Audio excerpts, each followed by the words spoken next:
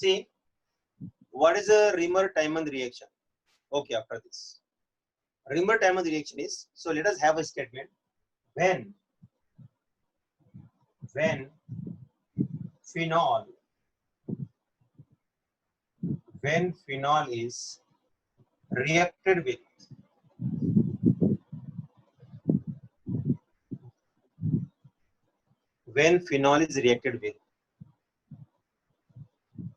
chloroform CHCl3 chloroform in the presence of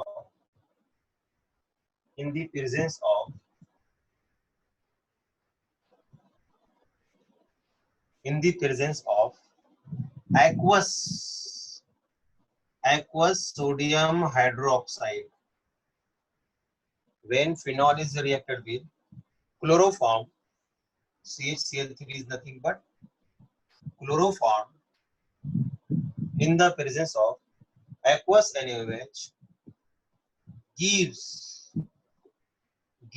an intermediate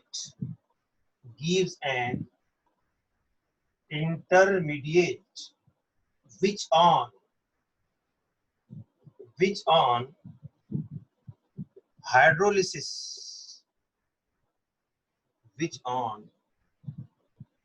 hydrolysis means addition of water in acidic condition, which on hydrolysis in acidic condition gives salicylaldehyde.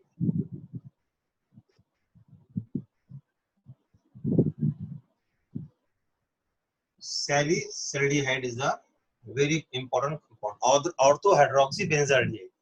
Its name is orthohydroxybenzaldehyde. Example, see, let us have a reaction. So this is the phenol.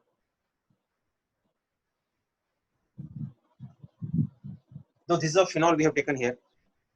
When we react this with chloroform in the presence of aqueous sodium hydroxide,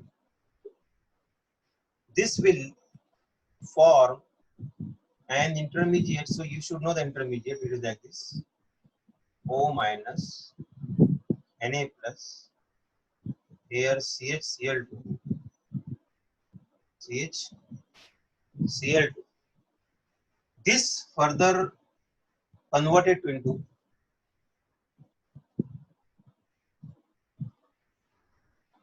on acid hydrolysis.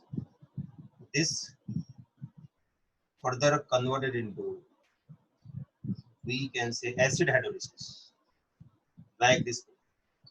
So on ortho position of the phenol, there is an introduction of CHO group.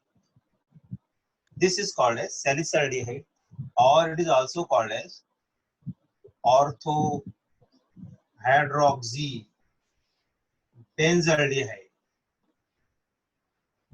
It is a common name of salicylaldehyde, and if you go for IUPAC name, it is also called as 2-hydroxybenzaldehyde. Is the IUPAC name of 2-hydroxybenzaldehyde. Same. It is the IUPAC name of what? The salicylaldehyde. So this is what the Reamer-Tymon reaction. Have a phenol. This is a chloroform. This is the chloroform. And aqueous NaOH. This is the intermediate. And which on acid hydrolysis will give you salicylaldehyde. Now see, if we have here, instead of chloroform, if we are using CCl4, carbon tetrachloride, so here this group will change to salicylic acid. So now what I am doing, see here, small change. CHO becomes COH if we are using CCl4, that is a carbon tetrachloride. Carbon tetrachloride. If we are using carbon tetrachloride, this will gives you salicylic acid. This is called as salicylic acid.